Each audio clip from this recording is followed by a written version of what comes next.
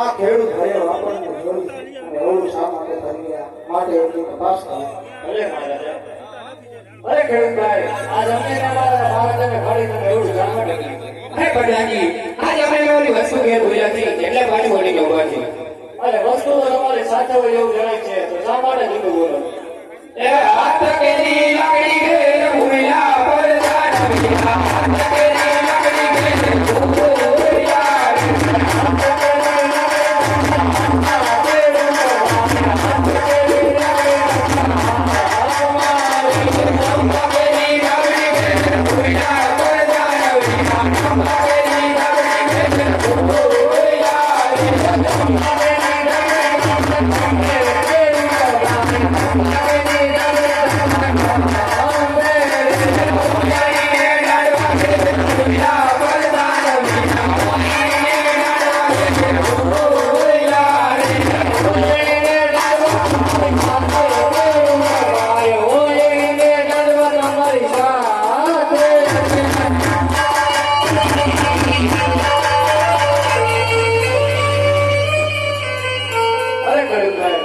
વસ્તુ તો તમારી સાથે હોય એવું જણાય છે, તો શા માટે જૂઠું બોલો?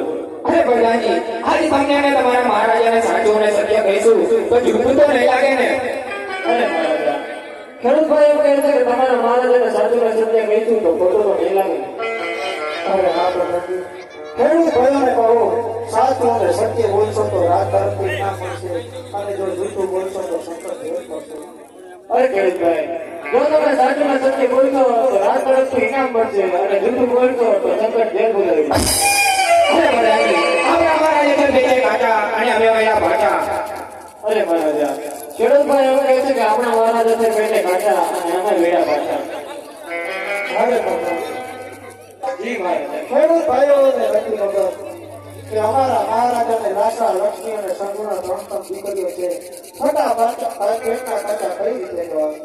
અરે ખેડૂત ભાઈ, અમારા મહારાજાને રાસા લક્ષ્મી સગુણા ત્રણ દીકરીઓ છે, તો પેટના કાચા કઈ રીતે કહેવાય? અરે પ્રધાનજી, દીકરી તો બાળકી ખાપણ કહેવાય. આજે ભાગ આવે ને કાલે ઉડી જાય. જો કદાચ બાળો ભૂગો લગડો દીકરો હોય ને તો રાતે ગાડીએ બેસે રાતે એક દિવસ તાળા મારવા